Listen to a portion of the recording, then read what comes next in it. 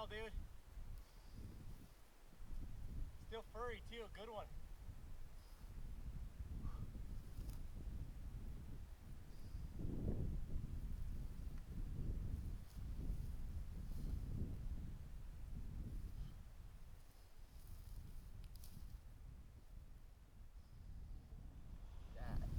Look at that. That's like those ones that are hanging on the weight room wall. Yeah. Look at how long those are. Yeah. Just furry, long hair. Just a lanky male. Not too old, but just nice prime, huh? Just prime. Just a big old furry good sucker, man. He smoked him. Perfect shot right there. Yeah. We went to a lot of you guys know we went to a new bullet this year. We decided we needed a little bit more performance, a little bit better precision other than what we had. So we went with a little more a newer technology, the cutting edge bullet, CNC machined solid copper round. They've got solid copper, solid brass rounds as well. But we're running a 60 grain Raptor. And you could see where we were sitting up there. That was close to a 150-yard shot. Right, yeah. Put it right on his shoulders and just boom. But we've had really awesome luck with that round this year regarding saving fur. The round itself is awesome because you get the best of both worlds.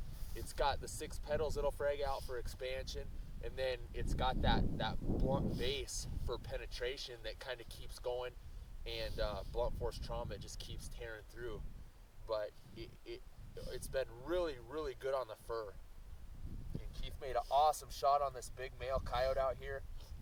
Late season, end of February, but we're going to keep rolling through it, man. Everybody around here is starting to calve.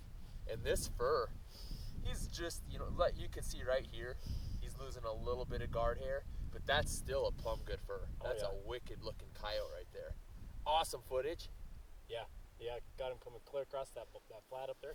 I was actually scanning. Keith was going prone, which is always the best bet for where we are. I still hear that coyote. Yep. And shit, we've been here for an hour. And he's just out there barking at us.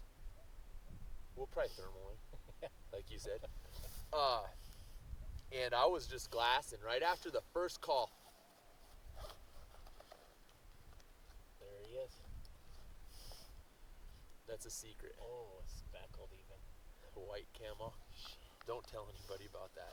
One sequence on that. This coyote came all the way. And I was just glassing, and all of a sudden, boom, instantly right in my field of view. But it was still a good 3/4 of a mile away. All the way in. Followed his draw up. Could see, he kind of started to make the circle. Keith put a precision shot on him. Awesome day out here. Wind's just now finally starting to die down. Cold. Started to get a little chilly. Fingers are still feeling it a little bit. Yeah. But it's been that way for the past 2 weeks. Yeah. Like well below zero. Yeah, well, we were out the other night with the thermals, and what was it, 11, 12 below? With the wind too. Yeah. And it was locking us up. We'd have to put the batteries in our pocket, warm them up, put them back in every 10, 15 minutes, but we hammered them. So here's a rundown.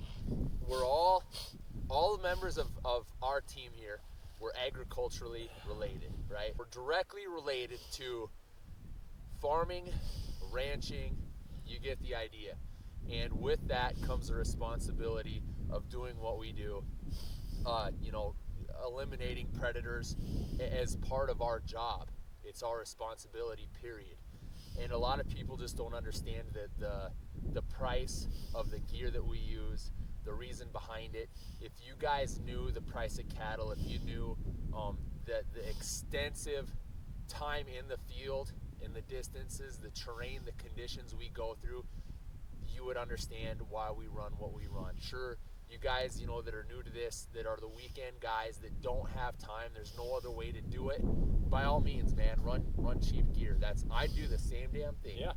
I'd go to Cabela's and buy an over-the-counter factory rifle if I was not doing what we're doing, but we just can't afford to use gear like that. We've got to use high-end stuff. So with that said, we do get a lot of questions because of primarily the way Keith shoots, because he's not even a tactical. You're not even a tactical shooter. What you are is a precision shooter. dishing out Dixon specials. This gun isn't an MOA rifle. This gun is what you would call a quarter MOA rifle. And the shooter's got to be able to hold his own. That's not disrespectful either, guys, with this. This coyote's starting to get, you know, sorry, we were up there for probably what, 45 minutes, you thought? After Yeah. you smoked this one? Yeah. So he's getting a little rigoed out. He's a little stiff. We were trying to let another coyote come in. If I really respected this coyote, I probably would have came down here and I would have stuffed his tongue back in his mouth, and we would have brought our little blood cloth and wiped the blood off of him here so everything's all furried up and pretty. But evidently we don't respect the animal because we don't do that. So we won't mess around with him. We'll just take him and sell him for what he has to offer us, which is the fur. You know, we'll probably get about... Or we could make a hat. I don't want to get into that, do we? Let me hear this audio bouncing. So go. Yo. Oh, easy. Good one. Check. Male coyote. Furry male. Sniper mode. Check. Good. One more. Yo. Sniper, furry coyote. Don't have any hair on his nuts. For real. They're wore off. Good? Yep. Were you recording the whole time? Yeah. But we may or may not use that. Get it. Bring it. Holy. Nonetheless, man, that was an awesome set. That was fun. You know, we would like to tell guys, oh gosh, the name of the call that we use, but we're not going to do that. Coyote call. That's what it is. You know, if you want to call big male coyotes, the white speckled You don't want to wait 45 minutes during mating season. This is a 5-minute call. I'm telling you. 5.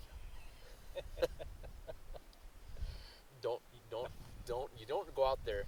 The last thing you want to do during mating season is, for gosh sakes, don't Play a mating call. Don't play a howl. Whatever you do, guys, do not play a howl. Get in there. First off, wait. You gotta paint your face. Yeah. Because if you don't paint your face and you're going into the sun, they're gonna see the glare. Especially if you're white.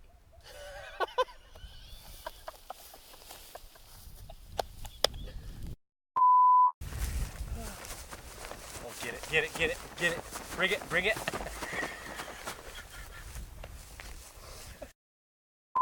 Serious? I'm hungry.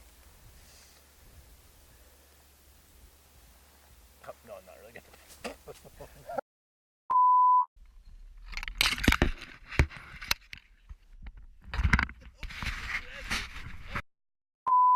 Oh, we gotta meet our wives at 6. And it's 5:30, and we're out here doing this.